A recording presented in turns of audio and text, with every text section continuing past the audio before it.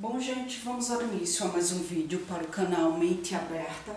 Nesse vídeo aqui eu vou fazer para vocês mais uma sessão que irá corresponder à playlist Carla Responde.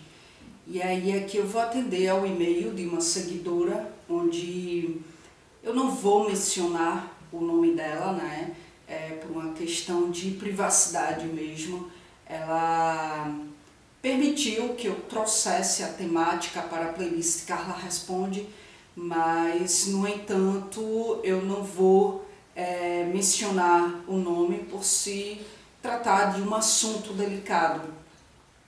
Bom, no e-mail ela diz o seguinte: Carla, achei seu canal, não sou estudante de psicologia, mas gosto de te ouvir falar sobre as coisas desse mundo.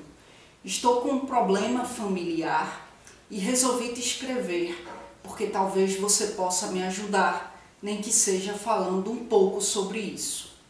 Meu avô tem 78 anos e de uns tempos para cá vem com um comportamento muito estranho de querer estar saindo na rua e catando coisas quebradas, velhas, e traz essas coisas para casa e não deixa que ninguém se livre.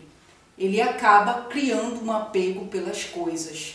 Comecei a pesquisar na internet sobre esse tipo de coisa, sobre esse tipo de comportamento, e vi que trata-se de um transtorno obsessivo compulsivo.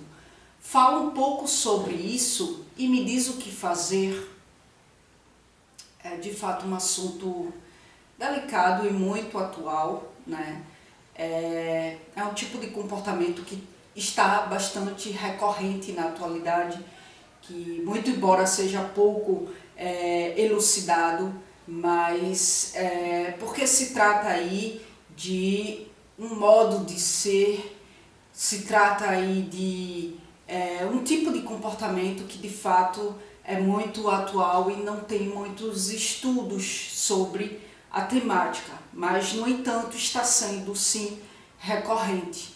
E aí essa pessoa me permitiu falar na playlist Carla Responde, porque de repente é um assunto informativo mesmo, né? Algumas outras pessoas podem estar passando pela mesma situação e podem estar cometido de dúvidas com relação a isso. Mas eu já começo dizendo que eu não posso afirmar aqui que o avô dessa pessoa tem transtorno, não tem transtorno, né? Eu vou falar um pouco sobre isso e depois eu dou a esta pessoa as devidas orientações. Bom, pelo que ela descreveu, até porque ela escreveu um e-mail bem extenso, eu sintetizei, né, para que não pudesse comer muito tempo do vídeo. Mas assim, hipoteticamente, isso estaria dentro de um quadro de acumulação compulsiva, né? E aí eu digo hipoteticamente porque eu estou na dimensão da hipótese e não de diagnóstico, né? Então, a acumulação compulsiva é um transtorno aí que foi, inclusive, reconhecido recentemente, tá?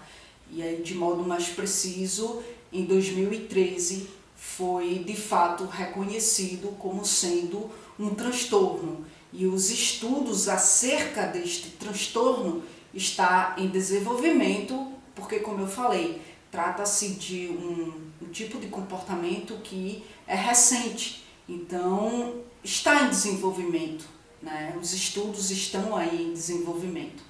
Mas a psiquiatria americana, em seu compêndio, já tem aí um capítulo a respeito deste tipo de transtorno.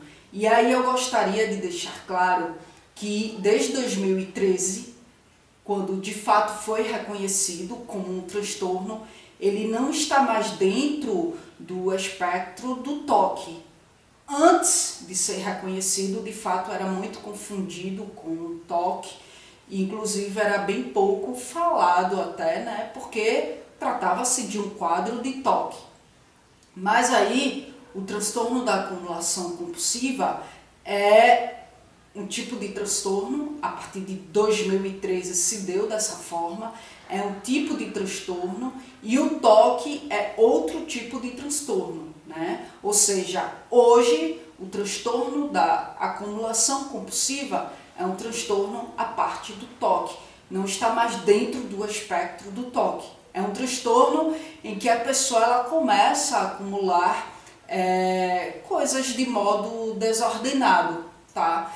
Ou seja, na medida que o nível do transtorno vai se agravando, né, os ambientes, por exemplo, da casa começam a virar cômodos para objetos que para essa pessoa não é possível de ser descartado. Por exemplo, o lixo, né? Tem pessoas que acumulam lixo nos cômodos da casa porque, assim, para ela aquilo ali tem um valor emocional onde não é possível descartar aquilo. Então os ambientes vão perdendo a sua funcionalidade, banheiro, quarto, sala, enfim, devido ao acúmulo de objetos. Então existe um perfil, né, para diagnosticar uma pessoa com este tipo de transtorno. Geralmente são pessoas aí, segundo os estudos que já foram desenvolvidos acerca desse tipo de transtorno, geralmente são pessoas acima dos 50 anos, inclusive no YouTube mesmo, tem até algumas reportagens, alguns documentários falando sobre isso, né? E aí a gente percebe que geralmente são pessoas acima dos 50 anos, geralmente é um quadro desencadeado após algum evento que gerou, sei lá, que gerou alguma dor emocional, algum trauma emocional, né? Desde um comportamento decorrente de um sofrimento interno muito grande, sabe? Então a pessoa geralmente tende a se isolar e daí então a viver em função desse acúmulo. É um transtorno bastante difícil, porque a pessoa está sem crítica, ou seja, ela não percebe que aquilo ali está fazendo mal. Muitas vezes são itens, objetos provenientes do lixo mesmo, né, munido aí de mau cheiro, muitas vezes, e aí a pessoa não percebe porque está desprovida do senso crítico, né, do julgamento, e aí é difícil tirar esses itens dessa pessoa, certo? Pode parecer bizarro, mas é como se esses objetos fossem a companhia dessas pessoas, sabe? É como se esses objetos tivessem vida para essa pessoa. É como se esses objetos acumulados compreendessem essas pessoas, a dor dessas pessoas. É como se esses objetos sentissem o que elas sentem. E aí eles têm muita dificuldade mesmo, né, de descartar esses itens, porque para eles é como se fossem objetos com vida, e aí como eles não têm crítica, né, é como se esses objetos fossem sofrer caso sejam aí descartados, caso sejam jogados fora.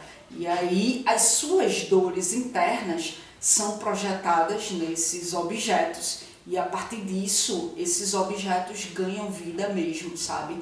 Então assim, a orientação que eu dou, né, para essa pessoa em específico que me mandou esse e-mail é que ela procure um CAPS mais próximo, né, da sua residência. E aí leve o seu avô, certo, para uma avaliação psiquiátrica, porque questões neurológicas precisam ser descartadas, porque quadros iniciais de demência, por exemplo, podem aí desencadear este tipo de comportamento desordenado, porque os quadros de demência geralmente são acometidos pelo declínio da área frontal do cérebro, né? Então a pessoa começa a ter, de fato, ações desordenadas, começam a ser acometidas por um desordenamento espacial, ambiental e começam mesmo a ter comportamentos estranhos. Então precisa ver, tá? Se trata-se de um quadro neurológico ou psíquico. Para isso essa pessoa precisa passar por uma avaliação. Então é preciso ver, né? É preciso identificar se de fato trata-se de um transtorno, porque pode não ser, pode ser aí coisas outras. É preciso ver o que ela está catando, como ela está acumulando isso, se são objetos específicos, se isso vem tomando uma proporção desordenada. Eu conheci um senhor que ele catava carteira de cigarros, mas porque ele começou a ter isso como um hobby. Tipo, ele era um colecionador de carteiras de cigarros. Mas colecionadores têm aí um catálogo, né? Eles têm uma ordem, são objetos específicos, né? Eles são munidos de uma organização. Os acumuladores não, é algo totalmente desordenado, não é catalogado, sabe? São objetos variados e esse acúmulo ganha uma desordem, certo? Então, de fato, precisa se fazer uma avaliação no seu avô para ver do que realmente se trata este tipo de comportamento. E essa avaliação ela é muito importante, porque se for aí de fato um quadro inicial do transtorno, daí vai ser possível contornar, certo?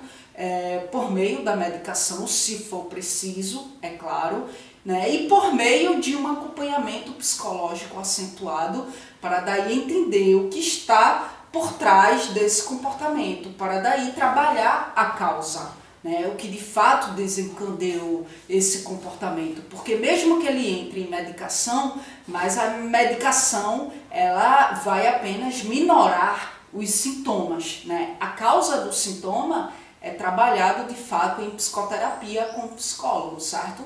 Então esta é, acredito que a orientação mais eficaz que eu deva lhe dar, é de fato procurar um CAPS para que seu avô passe por uma avaliação psiquiátrica, tá certo? Bom, então é isso, gente.